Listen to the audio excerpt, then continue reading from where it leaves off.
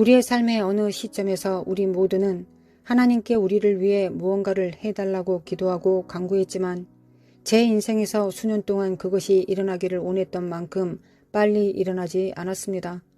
저는 하나님의 지연이 하나님의 거부가 아니라는 것을 배웠습니다. 영적 영역은 자연계보다 훨씬 더 큽니다. 우리는 하나님이 계시하시지 않는 한 영적 영역에서 무슨 일이 일어나고 있는지 모릅니다. 구약에서 우리를 대신하여 무대 뒤에서 무슨 일이 일어나고 있는지는 모릅니다. 하늘에서 들리는 다니엘의 기도에 대한 매혹적인 이야기가 있습니다. 이름이 알려지지 않은 한 천사가 다니엘을 찾아옵니다. 이 천사는 자신이 더 일찍 왔어야 했으나 페르시아 왕국의 왕자에 의해 21일 동안 전투를 벌였다고 설명합니다. 그는 이 왕자를 이기기 위해 대천사 미가엘의 도움이 필요했습니다. 천사는 3주 동안 다니엘을 방문하려고 애썼습니다. 그러나 그는 페르시아 왕자를 이길 능력이 부족했습니다. 영적 영역은 큰 전투의 영역이라는 것을 알 수 있습니다. 다니엘의 기도가 하늘로 올라가 그의 기도가 들어지고 천사가 응답을 가지고 보내졌습니다. 그러나 천사는 다니엘을 막는 이 높은 지위의 악마 세력 때문에 다니엘에게 도착하는 것이 늦어졌습니다. 우리는 이것으로부터 무엇을 배울 수 있습니까? 하나님 나라에 속한 천사들이 서로 다른 지위와 권세를 가지는 것처럼 악마 세력도 서로 다른 지위와 권세를 가질 수 있습니다. 에베소서 6장 12절. 우리의 씨름은 혈과 육을 상대하는 것이 아니요 통치자들과 권세들과 이 어둠의 세상 주관자들과 하늘에 있는 악의 영들을 상대함이라. 성경은 대천사 미가엘을 언급합니다. 우리는 성경에서 그가 하나님의 계획에서 독특한 역할을 하고 높은 지위의 천사로 보인다는 것을 알고 있습니다. 높은 지위의 천사였음에 틀림없는 가브리엘도 있습니다. 그는 메시아의 도래와 관련하여 특별한 메시지를 가지고 요셉과 마리아에게 보내졌습니다. 사실 그는 성경에 이름이 있는 세 천사입니다. 대천사 미가엘과 가브리엘 그리고 타락한 천사인 루시퍼입니다. 이제 다니엘의 이야기로 돌아가서 우리가 깨달아야 할 것은 다니엘의 기도가 영적 영역에서 너무나 강력한 영향을 미쳤다는 것입니다. 한 천사가 지원군을 요청하는 것을 도왔습니다. 우리는 또한 깨달아야 합니다. 메신저가 페르시아 왕자와의 투쟁이 다니엘의 금식과 기도가 21일 동안 지속된 것과 정확히 같은 시간 동안 지속되었다고 말한 것은 우연이 아닙니다. 그 이유는 영적 영역에서의 전쟁이 기도 영역에서 다니엘의 전투로 말미암아 발생한 것이기 때문입니다. 이제 상상해 보십시오. 만약 다니엘이 10일만 기도하고 포기했다면, 19일째에 포기했다면 그 천사는 다니엘에게 오지 못했을 수도 있습니다. 그래서 오늘 질문이 있습니다. 당신은 당신의 천사가 당신에게 도착하는 것을 막고 있습니까? 왜 우리가 기도를 포기합니까? 그것은 낙심 때문입니다. 우리가 무언가를 구했는데 속히 응답이 보이지 않거나 일어나는 일이 마음에 들지 않습니다. 하나님이 듣고 계시지 않거나 적어도 호의적인 응답을 주시지 않는다고 가정해 봅시다. 우리 모두는 기도가 즉시 응답되기를 원합니다. 우리가 즉시 응답을 보지 못할 때 우리는 기도를 중단하고 싶은 유혹을 느낄 수 있습니다. 사람들이 묻습니다. 내가 기도를 포기해야 할 때를 어떻게 알 수 있습니까? 제 대답은 항상 똑같습니다. 우리는 결코 하나님께로부터 향하는 것을 그만둘 수 없습니다. 사람에게는 불가능한 일도 하나님은 가능하시다는 것을 기억하십시오. 성경은 하나님이 의인의 간절한 기도를 기뻐하신다고 말합니다. 그것은 기도의 길이가 아닙니다. 당신의 믿음과 열정의 힘입니다. 계속 두드리고 포기하지 말라고 격려하고 싶습니다. 기도는 오늘 당신의 문제에 대한 해답입니다. 사람도 아니고 의사도 아니고 변호사도 아니고 심리학자도 아닙니다. 하늘의 하나님께 드리는 당신의 기도가 바로 해답입니다. 우리가 변화를 보지 못하는 것이 우리의 말이 들리지 않는다는 것을 의미하는 것이 아니기 때문입니다. 그것은 기도하고 싸우는 당신에게 달려 있습니다. 기도가 하늘의 문을 엽니다. 기도는 당신이 갈 수 없는 곳을 가게 합니다.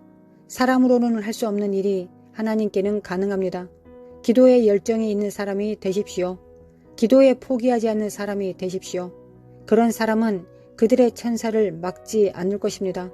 그런 사람은 그들의 기도가 하늘에 항상 닿기 때문입니다. 누가복음 11장 9절. 내가 또 너희에게 이르노니 구하라 그러면 너희에게 주실 것이요 찾으라 그러면 찾아낼 것이요 문을 두드리라 그러면 너희에게 열릴 것이니.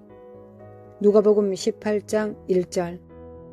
예수께서 그들에게 항상 기도하고 낙심하지 말아야 할 것을 비유로 말씀하여 끈질긴 과부의 비유에서 예수님은 우리에게 기도가 일회성 문제가 아니라고 가르치십니다. 예수님은 하늘에 계신 아버지께서 우리의 기도를 들으실 것이라고 격려하시지만 우리가 응답을 받을 때까지 반복적이고 지속적으로 기도할 필요가 있다는 것에 의심의 여지가 없으십니다. 만약 당신이 무언가를 위해 기도하고 여전히 하나님의 응답을 기다리고 있다면 이것은 당신을 위한 것입니다. 낙심하지 마십시오. 과부처럼 끈질기게 기도하십시오. 끈질긴 기도는 아마도 우리의 대적 사탄이 가장 두려워하는 무기일 것입니다. 우리가 즉시 돌파구가 보이지 않으면 사탄이 계속 기도하지 못하도록 낙담시키려고 합니다. 성경은 끈기를 가르치는 책입니다. 우리는 기도 생활을 지속해야 합니다. 끈기는 대가를 치를 가치가 있습니다.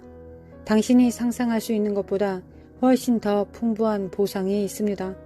그러나 많은 신자들은 그렇게 하지 않습니다. 그래서 주변에 많은 믿음의 실패자들이 있습니다. 하루, 이틀, 9일, 말씀이나 기도를 중단합니다. 그들은 지속의 대가를 기꺼이 지불하지 않습니다. 우리가 해야 할 일은 지속하는 것입니다. 예수님께서는 요한복음 8장 31절 32절에서 우리가 그의 말에 거하면 그의 제자가 되고 진리를 알지니 진리가 우리를 자유케 한다고 말씀하셨습니다. 끈기에서 오는 하나님의 계시가 있습니다. 일관성이 없는 사람은 결코 이 결과를 보지 못할 것입니다. 오늘 인내를 가지십시오. 당신이 계속 싸우는 한 승리할 것입니다. 악마는 당신이 그를 허락해야만 이깁니다.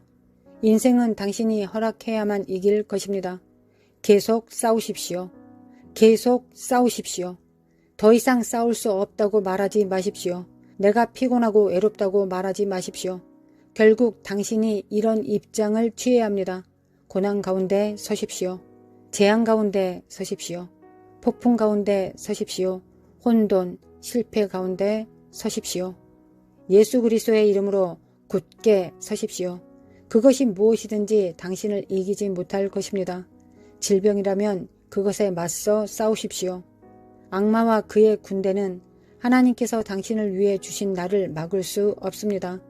당신은 오래 주님의 축복을 경험할 것입니다. 은혜의 면류관은 당신 머리의 일부입니다. 하나님은 당신을 위해 문을 열어주실 것입니다. 그러나 당신의 의무는, 당신의 책임은 사자처럼 담대해지는 것입니다. 당신 앞서간 사람들을 보십시오.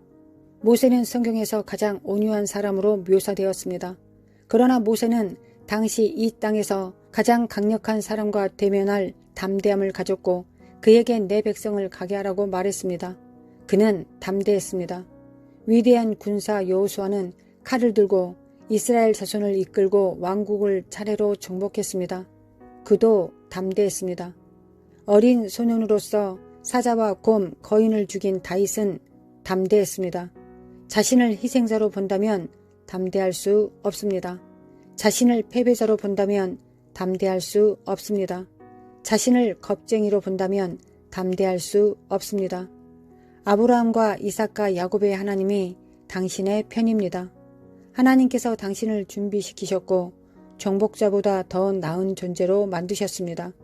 당신을 보호하는 하나님의 천사들이 당신을 섬길 것입니다. 그들이 당신과 함께 걸을 것입니다. 성령께서 당신 안에 거하시고 당신을 인도하실 것입니다.